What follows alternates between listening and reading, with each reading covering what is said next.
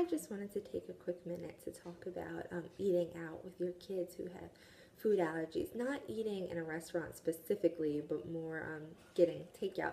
I guess when you have kids with food allergies, most parents with food allergies have a short, quick list of places where they know they can go, or the people know your family and they know your allergies, and you know the safe items on the menu for you and your family, and it's normally no big deal. One of the shocks of finding out that your child has food allergies is losing your convenience foods. You can no longer just, Mom forgot to make dinner, let's run out and grab, McDonald's or whatever, because you know that there's no safe food necessarily, depending on the allergies you manage for your kid there. So you suddenly and quickly, hopefully, compile a list of convenience things that you can do in the event of a pinch, or, dinner burns or something goes wrong. Hopefully you have that luxury. And so you have a list, but every once in a while something happens, and like one of those places closes and you lose one, and you start to play catch up to look for something else. In our scenario, we used to get our fried chicken from Martin's. It's rare that we eat it, and I don't make it because I'm worried about the hot grease with little ones in the house. But we used to get it from Martin's on the rare occasion that we ate it. And now that the Martin's around us are closing, we needed to find a new place to get it from when my oldest daughter requested it for her birthday. So I managed some spice allergies. Paprika and mustard are some of them, for one of my other daughters. And I needed to make sure that the chicken was safe for her to eat. But it seems that with spice allergies, it's kind of hard because they don't always list them specifically. They're allowed to put them on the label as spices, natural flavors, herbs, things like that. So you don't necessarily know what's in it, and it's not illegal for them to do so. Like, ingredients have to be listed, but they have the right not to give away their secret recipe. So it falls under kind of like a loophole. It's legal for them not to tell you what's in it, as long as they let you know spices are contained. So it would stand to reason, hey, you're allergic to spices, don't eat this because you don't know what's in it.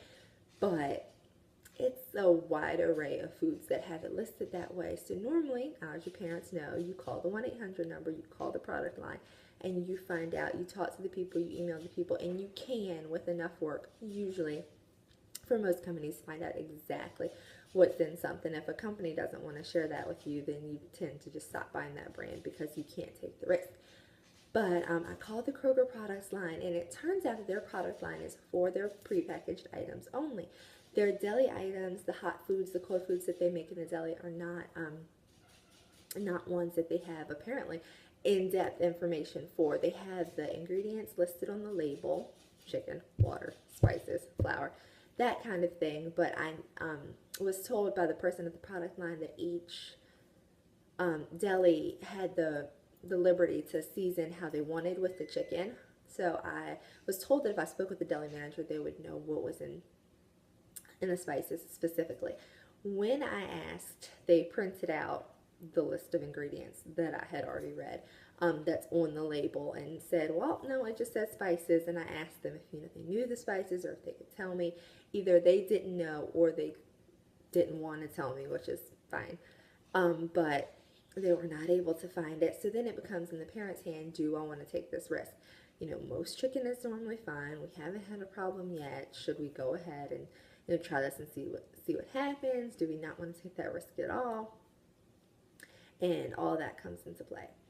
But normally, you go to your restaurant, excuse me, you let them know up front, we have a food allergy. And normally with most restaurants that I've seen, or either ones that I've worked at, there's a place on the screen where they can write allergy alerts, and they will usually clean down the area, go get fresh ingredients out of the back that don't have the risk of having something dropped in it, or cross-contamination, or cross-contact, and things like that. And it's normally okay. And it can be, I don't want to call it embarrassing, but there's a time where you're self-conscious, normally when it's new and the allergies developed and you're still unsure of yourself, where you feel like a burden and you feel like it's overkill, and maybe we've done this for so long without taking these precautions. Why have we started these precautions now? And you know, you're holding up the line production because it takes them an extra 5 minutes to wipe everything down and clean it, and there's this huge line. I tend not to go to restaurants at busy times because I worry that something will get lost in the shuffle with them being so busy that they might not have time to do everything just right, which I know everybody tries their hardest to get it done, but I just want to be extra cautious. But I like knowing that those safety measures are in play, and I take allergies very seriously. But sometimes you second guess yourself whether or not you're being ridiculous or over paranoid or overprotective, and then you have a slip up, and sometimes it's your own slip up. I've had slip ups that have things that I've done that I've prepared that have caused one or more of my children to have an allergic reaction, and you have that moment of nope, we're starting at square one, we're cleaning everything down, we're getting rid of anything in the house that could have possibly cross-contaminated. And it's those moments, those allergic reactions, that have you reevaluate everything. That moment that you thought you were being a burden is gone when you're looking at your child who is struggling to breathe or itchy or has hives or whatever, and there's the guilt that you feel for even thinking that there was a moment that you shouldn't have taken their health as seriously as you obviously need to.